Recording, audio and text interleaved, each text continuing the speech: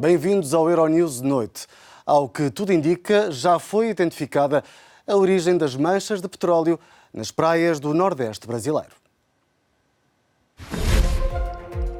De acordo com a investigação da Polícia Federal Brasileira, o derramamento partiu de um navio grego no final do mês de julho.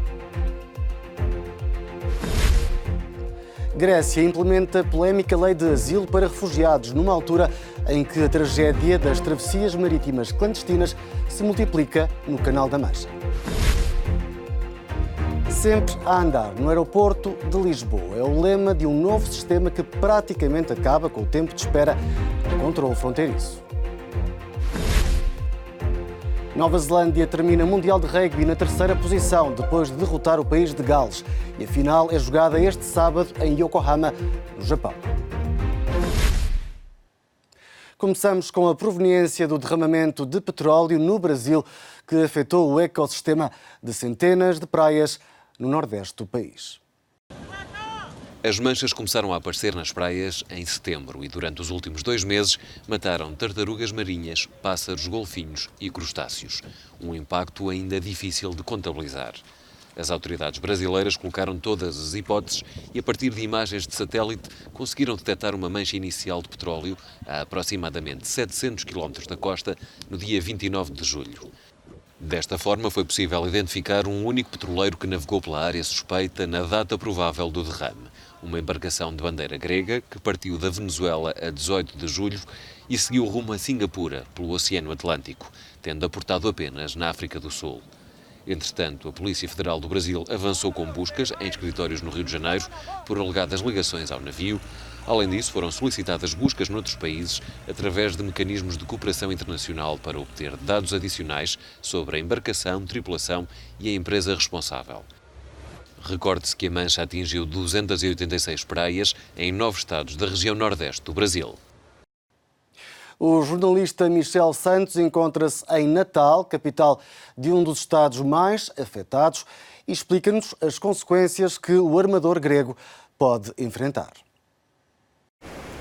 O presidente Bolsonaro está, de certa forma, sob pressão para apresentar resultados no que diz respeito às investigações essas que já duram há muito tempo. E esta é a primeira vez em que existe um facto concreto. Eu recordo que houve várias acusações ou hipóteses de que havia aqui um crime político, uma forma intencional de prejudicar o Brasil e que teria origem em Caracas.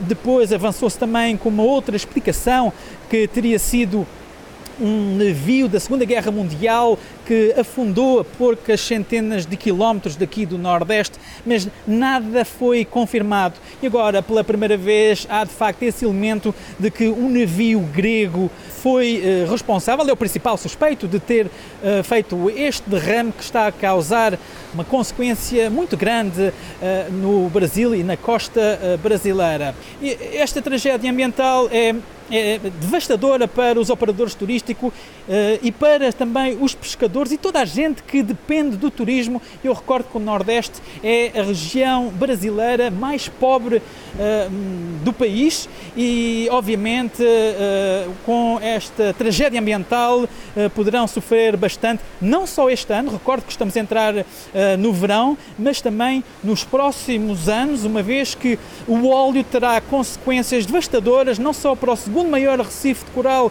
que é já aqui, no Nordeste, em Recife propriamente. O manguezal de Maragogi está destruído e, como se sabe, agora vai avançando até a Bahia, até ao sul da Bahia, e poderá justamente continuar, e até quando, não se sabe. Michel Santos, a partir de Natal, no Brasil, para Euronews. A nova lei do asilo aprovada na Grécia está a gerar vários protestos no país. A disposição acelera os processos de deportação, por exemplo. O primeiro-ministro grego critica a passividade dos parceiros europeus, mas muitos refugiados denunciam os perigos das novas medidas. Na Grécia cresce a contestação contra a nova lei sobre o asilo, aprovada esta quinta-feira no Parlamento. Uma das principais críticas é o risco das autoridades gregas avaliarem superficialmente os pedidos de asilo. O projeto de lei não está a favorecer as pessoas que precisam de proteção. Está a colocar uma pressão enorme sobre os africanos e está a empurrá-los para a África. Esta lei é racista, categoriza e abandona as pessoas nas ruas, destrói as pessoas. Queremos os refugiados nos nossos bairros e os seus filhos nas nossas escolas. Dezenas de milhares de refugiados estão à espera que os seus casos de asilo sejam examinados. O governo considera que os mecanismos atuais são extremamente lentos e defende que o novo projeto de lei introduz um exame justo e rápido de todos os casos de asilo. De janeiro a setembro de 2019, 46.100 migrantes chegaram à Grécia. Mais de 27.000 vivem nas ilhas de Lesbos, Quios e Samos. Não pode haver países que usufruem dos benefícios da livre circulação de pessoas que o Tratado de Schengen garante e, ao mesmo tempo, recusam obstinadamente aceitar a mínima partilha do problema dos refugiados e dos migrantes. O Conselho da Europa pediu nesta quinta-feira que a Grécia tome medidas urgentes diante da situação explosiva nos campos de imigrantes nas ilhas do Mar Egeu. Eu vi com os meus próprios olhos pessoas que esperavam mais de 3 horas para conseguir comida. Vi crianças com doenças de pele não tratadas. Ouvi falar da falta de medicamentos para estas pessoas e para muitas outras. Situações realmente chocantes para a Europa do século XXI.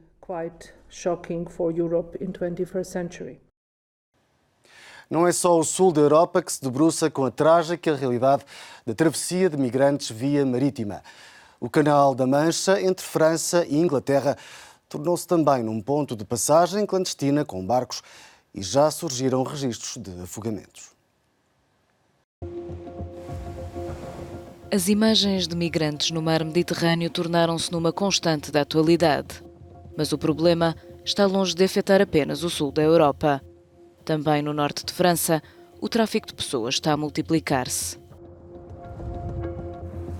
A família de Ebrahimi, um casal de curdos e 3 crianças, vem do Irão.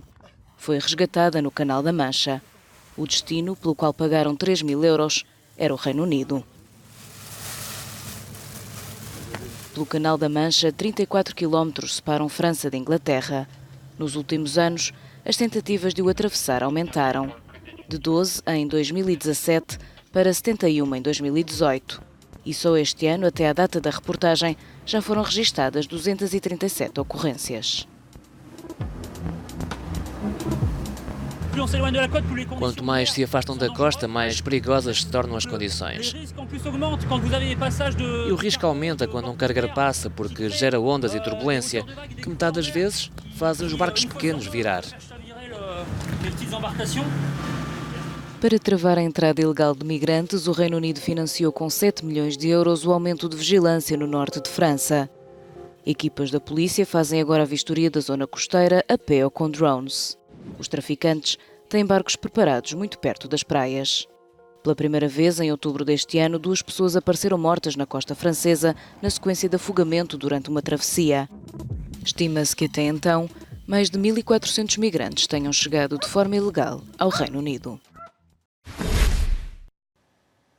O aeroporto de Lisboa está a testar um sistema inovador que permite uma passagem muito mais rápida pelos controlos fronteiriços para fora do espaço Schengen. Biometrics on the Move, um nome simplificado para bom em bom português. É o sistema que permite agilizar a passagem pelos controlos fronteiriços e que está em fase de testes no aeroporto de Lisboa. Após o registro inicial na chegada ao terminal, com uma recolha dos dados biométricos, os passageiros ficam com luz verde para saltar o controlo fronteiriço. Há uma parte do controle de fronteira que é feito por computadores. Se este controle puder ser feito a priori, portanto, antes de o passageiro sequer chegar à fronteira, nós temos essa validação anteriormente, sabemos quem vai chegar àquele momento na fronteira, naquele dia, portanto, temos um controle maior, mais eficaz. Nascido de uma parceria entre a Agência Europeia de Fronteiras Frontex, a Aeroportos de Portugal e o Serviço de Estrangeiros e Fronteiras, o projeto destina-se apenas a cidadãos europeus que queiram viajar para fora do espaço Schengen. O lema do projeto é sempre a andar e depois de o ver em ação, não é difícil perceber porquê.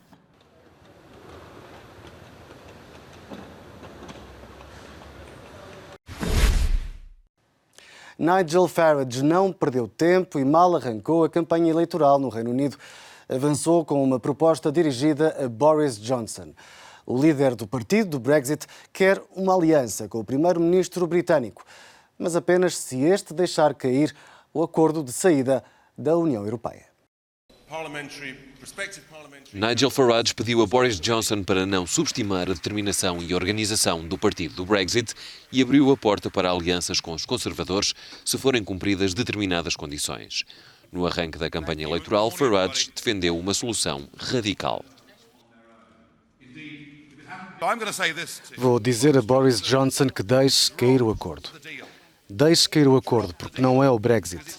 Acredito que a única forma de resolver esta situação é criar uma aliança em todo o país em torno da saída. Antes, Nigel Farage tinha vestido a camisola de entrevistador numa rádio britânica e teve um convidado especial, Donald Trump, que não poupou elogios ao primeiro-ministro britânico. Tenho boas relações com muitos líderes, incluindo Boris. É um homem fantástico e acredito que é a pessoa certa para os tempos que correm. Acho que você e ele vão poder fazer coisas fantásticas. Se juntar a ele, será uma força imparável e Corbyn seria muito mau para o país. Trump disse ainda que o acordo que está em cima da mesa pode ser muito prejudicial para as relações económicas dos Estados Unidos e do Reino Unido. Em reação a esta entrevista, a líder do Partido Nacional Escocês mostrou-se muito preocupada com o futuro. Acredito que o que ouvi de Donald Trump numa extraordinária conversa com Nigel Farage e olhando para um futuro assustador vai tornar o Reino Unido num caos. E este é o verdadeiro problema.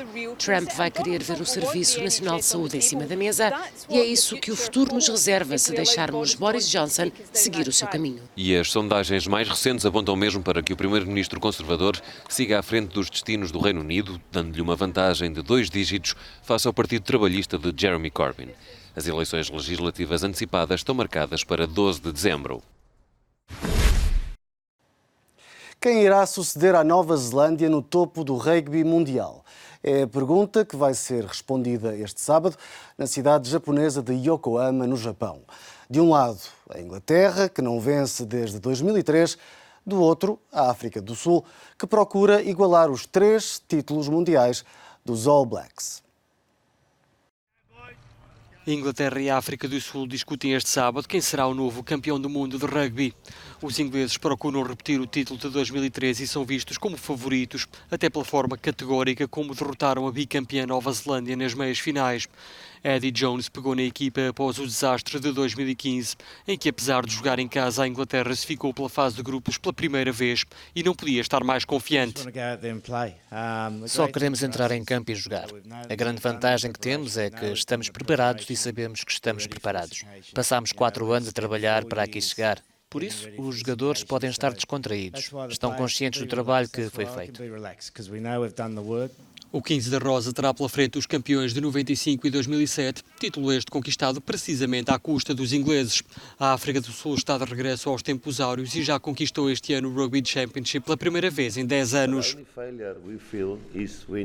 O fracasso só acontece quando não damos tudo em campo, quando não treinamos no duro, quando saímos do campo e sabemos que não demos tudo e que fomos derrotados por uma equipa que não era melhor que nós.